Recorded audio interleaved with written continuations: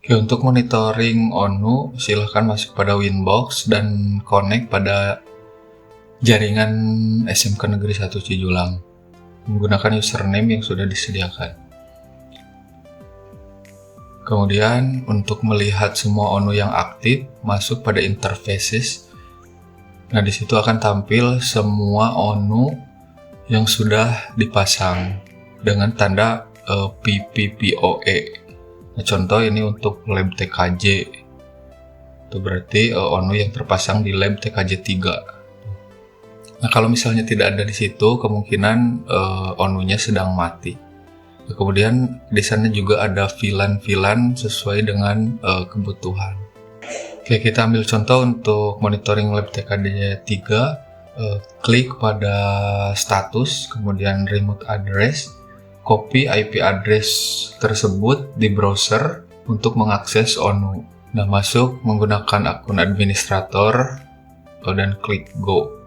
Nah, yang perlu diperhatikan di situ pada basic config ada connection name. Nah, itu untuk menentukan jalur ke VLAN mana si ONU tersebut. Sebagai contoh ada feed 11 atau VLAN 11 itu untuk VLAN TKJ. Nah, untuk penyetingannya karena ada beberapa ONU yang dipakai WiFi Mazaranet, jadi diusahakan untuk LAN 1, 2, dan 3 itu arahkan ke VLAN TKJ dan LAN 4 arahkan ke VLAN 206 atau VLAN Mazaranet.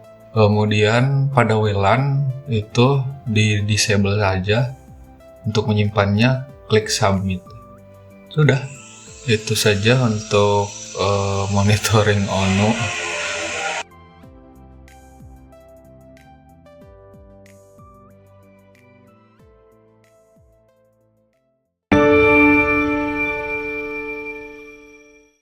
Monitoring Unify diperlukan untuk melihat apakah ada akses point yang bermasalah atau tidak terhubung.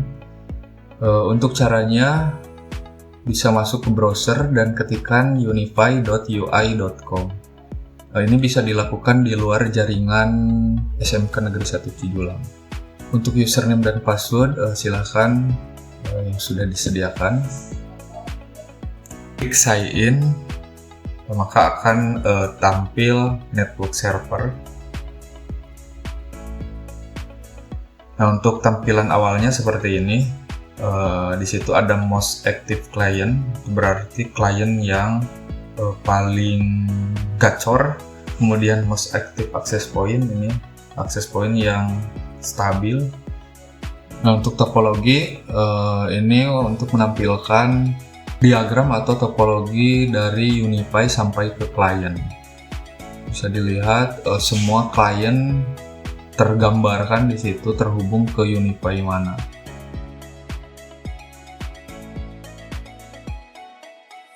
Nah, sebagai contoh AP6 ruang 12 ini jumlah kliennya.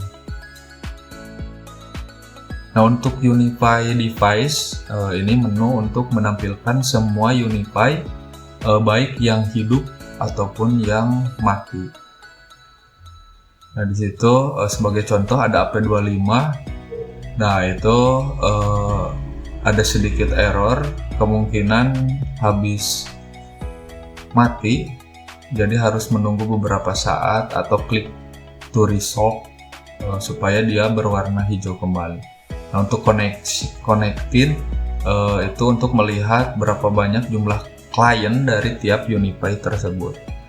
Nah, untuk lebih lengkapnya ada di menu client device. Nah, itu ada 272 klien sedang terhubung ke WiFi Mazaranet itu via Unify. Untuk menangani Unify yang bermasalah, seperti tadi misalnya ada yang berwarna kuning atau mati, bisa dicek di Unify-nya. Kalau tetap, itu bisa diadopt ulang di jaringan SMK Negeri 1 Cijulang.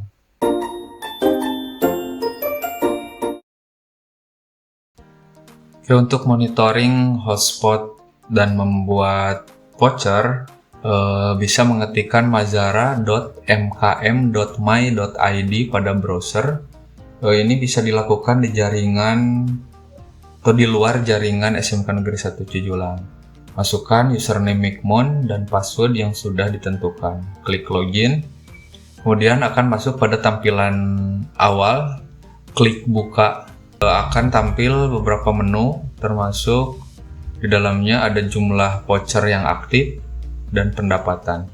Nah, untuk membuat voucher, masuk ke menu hotspot, kemudian pengguna, dan pilih hasilkan. Setelah itu, tentukan jumlah dari voucher yang akan kita cetak dalam satu waktu. Misalnya 100 atau terlalu banyak, 10 untuk contoh. Servernya all. Mode pengguna pilih username sama dengan password.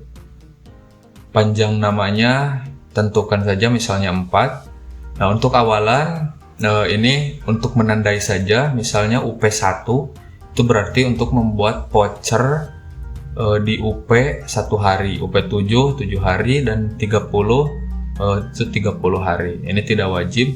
Untuk koperasi sama, misal Kop 1 itu tanda untuk voucher di koperasi. Dan kantin sama juga, misalnya kantin 30 berarti itu untuk voucher bulanan. Nah, selanjutnya pada karakter pilih yang random saja.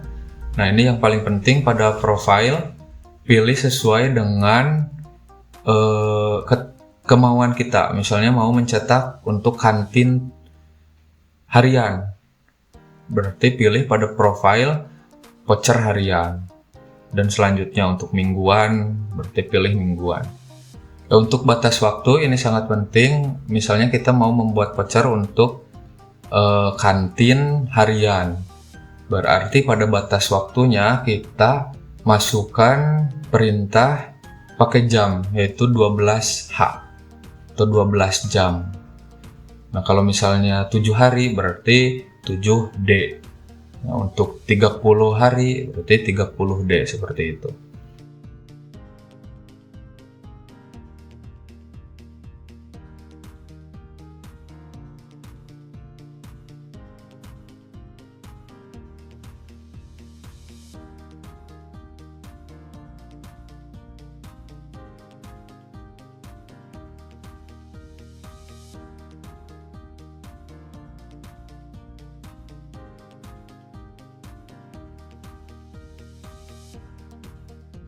Nah, selanjutnya untuk batas jumlah data bisa ditentukan sesuai dengan keinginan.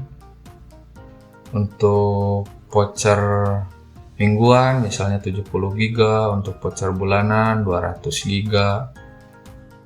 Nah, untuk komentar bisa diisi untuk memudahkan nanti saat pencetakan.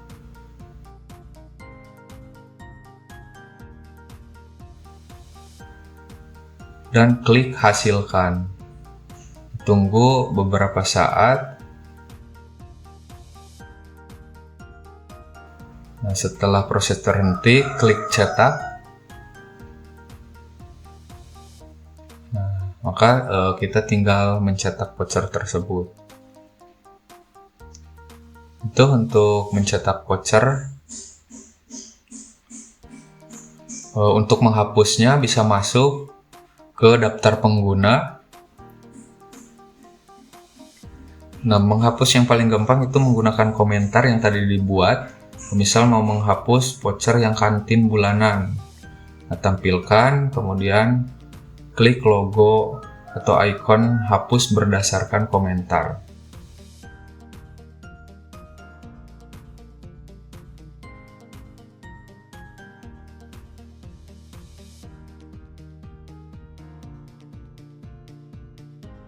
Selain membuat voucher, kita juga bisa melihat laporan penjualan pada menu laporan.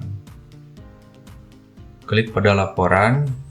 Nah, itu bisa kita lihat untuk laporan harian, bulanan, tahunan, dan jumlah voucher yang sudah terpakai pada hari tersebut.